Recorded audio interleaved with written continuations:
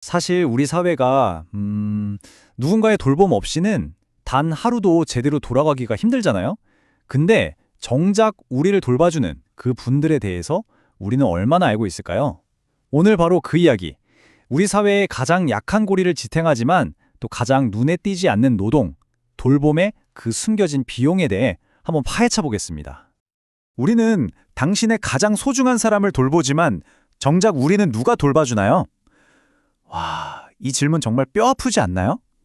이 한 문장이 바로 돌봄 노동이 얼마나 중요한지, 그리고 그분들이 처한 현실이 어떤지, 그 거대한 간극을 딱 보여주는 것 같아요.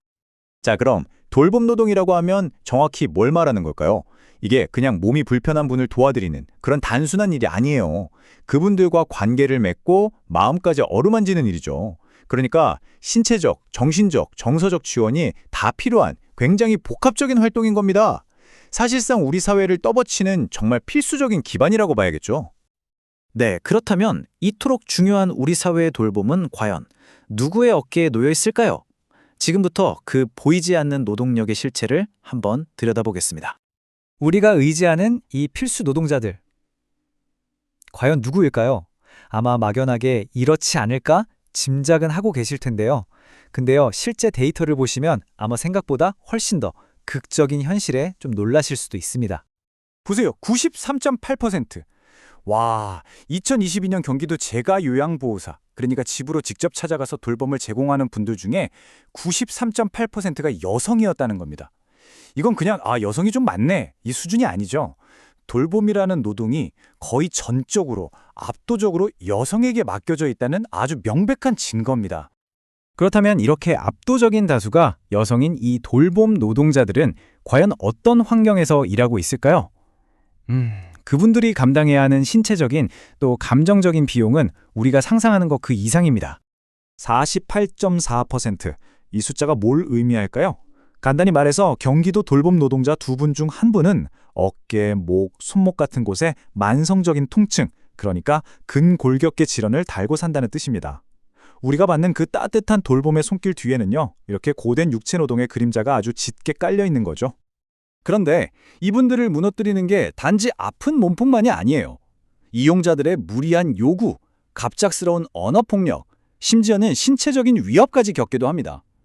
존중받지 못하는 노동환경, 그리고 언제 끊길지 모르는 불안정한 고용 속에서 마음까지 완전히 타들어가 버리는 거죠.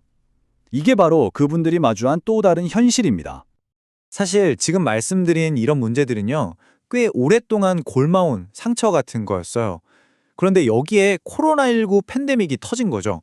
이 위태위태하던 시스템의 한계를 그야말로 시험대에 올리고 결국 모든 문제를 수면 위로 뻥 하고 터트려버린 결정적인 계기가 됐습니다. 자, 이 흐름을 한번 같이 보시죠. 팬데믹이 터지기 전부터 이미 저임금에 고용 불안에 힘든 상황이었잖아요. 그런데 팬데믹이 딱 터지니까 이분들이 감염 위험의 최전선에 그냥 서게 된 거예요. 소독하고 방역하는 새로운 책임까지 떠안았는데 정작 이분들을 보호해줄 제대로 된 지원은 거의 없었던 거죠. 맞습니다. 팬데믹은 그동안 우리가 애써 외면해왔던 이 보이지 않던 위기를 더는 모른 척할 수 없게 만들었어요. 마치 돋보기처럼 돌봄 시스템의 민낯을 적나라하게 보여준 거죠. 자, 그럼 이 위기 대체 어디서부터 시작된 걸까요? 네, 대체 왜 이런 일이 벌어지고 있는 걸까요? 이 문제의 근본적인 원인, 그 구조를 한번 파헤쳐 보겠습니다. 여러 연구랑 자료들을 보면요, 공통적으로 딱 지적하는 핵심 원인이 바로 이거예요. 우리 사회가 아직도 돌봄을 국가나 사회가 함께 책임져야 할 공적인 책임으로 보는 게 아니라 그냥 가족이나 개인이 알아서 해결해야 할 사적인 부담으로 여긴다는 겁니다. 이 둘의 차이는 정말 하늘과 땅 차이입니다. 왼쪽처럼 돌봄을 개인의 짐으로만 보면 당연히 저임금, 불안정한 고용이 따라오고 일하다 아픈 건 그냥 본인 탓이 돼버려요. 하지만 오른쪽처럼 우리 사회 모두의 공적 책임이라고 생각하는 순간 이야기가 완전히 달라지죠. 이분들은 정당한 대우와 안정적인 고용을 보장받아야 할 우리 사회의 필수 인력이 되는 겁니다. 자, 이제 문제의 원인까지 알았으니까 해결책을 이야기해봐야겠죠? 다행히도 그냥 여기서 끝이 아니라 더 나은 시스템을 만들기 위한 구체적인 방향들이 제시되고 있습니다. 지속 가능한 돌봄 시스템을 만들려면 크게 4가지가 필요합니다. 첫째, 폭력이나 부당한 요구로부터 이분들을 보호할 명확한 규칙이 있어야 하고요. 둘째, 안정적인 고용과 제대로 된 임금을 보장해야 합니다. 셋째, 이분들의 몸과 마음 건강을 지켜줄 수 있는 제도적인 지원이 꼭 필요하죠. 그리고 이 모든 걸 관통하는 가장 중요한 마지막 원칙, 바로 돌봄을 더는 개인에게 미루지 않고 국가가 책임지는 공공의 영역으로 확실하게 가져오는 겁니다. 결국 이 모든 이야기는 한 가지 질문으로 이어집니다.